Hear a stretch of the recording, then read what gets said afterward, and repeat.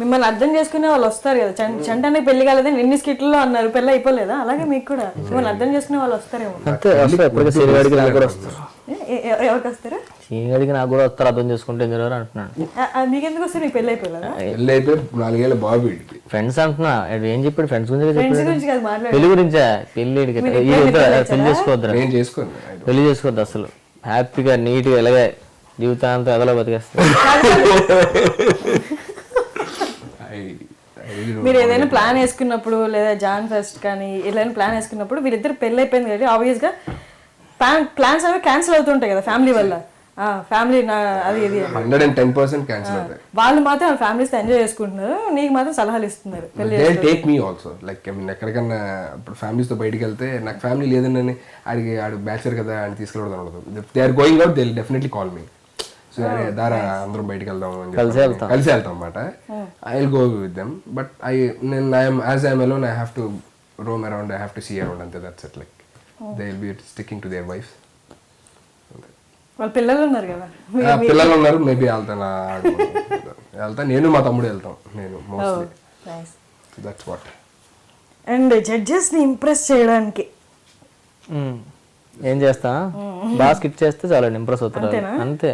అక్కడ జెన్యున్గా ఇస్తారండి. మనం ఎంత బాగా చేస్తే అంత బాగా నవ్వుతారు, ఎంత బాగా చేయకపోతే అంత చిరాకు పడతారు, అలా బలవంతంగా భరిస్తుంటారు. ఆ అబ్బాయి మార్కులు ఇస్తారు కదా, బాగా చేస్తే 10-10, ఏం లేకపోతే 8-8, ఇంకా ఏం లేకపోతే ఏం ఇస్తారా? మొన్న ఒకసారి 0 కూడా ఇచ్చారు, అందరూ తెలిసే ఉంటుంది. బాగా చేయమని కొంచెం sweet. Very close to us అంతే. నాగబాబు గారు ఉన్న అందరి టీంతో చెప్పాలంటే మా టీంతో కొంచెం ఎక్కువ మాట్లాడతారు. కానీ స్కిట్ బాగా చేయకపోతే వీళ్ళు సుధీర్ గారితో బాగా మాట్లాడతాం కదా అని చెప్పి 10 మార్కులు ఇవ్వమాట. బాగా చేయకపోతే మన 0 కూడా ఇచ్చారు మాట. So they are very keen about their judgement మాట. జడ్జ్మెంట్ విషయంలోని no mercies. Like I mean Sudheer team తెలుసు కదా, వీళ్ళ టీం ఇంకా బాగా చేస్తారు కదా, వీళ్ళ టీం మాకు క్లోజ్ కదా, రిలేటివ్స్ కదా, అయ్యే ఉండమాట. Do the skit and with the skit అంతే. If you are not doing properly my marks will be the same మాట. ఎంత క్లోజ్ అన్నా ఉంది. మళ్ళీ మార్క్స్ ఇచ్చేసి 8 అయిపోయింది, 0 అయిపోయింది, బయటకు వచ్చినా మళ్ళీ మామూలుగానే మాట్లాడతారు అనమాట. So this is completely different from judgement and all. Like I mean they are always that. Even Roja garu కూడా. మీవి ఆటో పంచ్లు అవన్నీ స్పాంటేనియస్గా రావాలి. మీరు దానికి కూడా ముందు రాసుకుంటారా లేకపోతే స్టేజ్ మీద వచ్చేసి ప్రాక్టీస్ చేస్తాం? ఆన్ ద స్టేజ్ సడన్ గా వస్తే వేసేస్తుంటాం. బేసిక్ గా బయట మాట్లాడితే నా స్టైల్ అంతే, ఈ ఆటో పంచ్ స్టైల్లో ఉంటుంది మాట్లాడేది అంతా. సో అదే స్క్రిప్ట్ లో ఫాలో అవుతుంటాను. ఒకసారి ఆన్ ద స్పాట్ మా సీనియర్ వేస్తుంటాడు, నేనే వేస్తుంటాను, వీడియో వేస్తుంటాను. అలవాటు అయిపోయింది ఇప్పుడు అందరు కూడా. ఆటోలు అంటే ఇప్పుడు అందరికీ అలవాటు అయిపోయింది. సో ఇప్పుడు ఆటోకి ఒక బ్రాండ్, ఆటో అంటే ఆటో కాకుండా ఒక బ్రాండ్ వరకు తీసుకెళ్ళి ఆటో అంటే ఆటో రాంప్రసాద్ చూస్తుంటారు ఎక్కువ. స్టేషన్లో దిగి బయటకు వచ్చినా ఒకసారి మనం ఆటో అనగానే తక్కువ నన్ను పిలిచడం చూస్తా, మామూలుగా ఆటో అంటారు బాబు ఆటో అని, అలా వెళ్ళిపోతుంటది. అండ్ మీరు మూవీస్ లో కూడా వేస్తున్నారు కదా?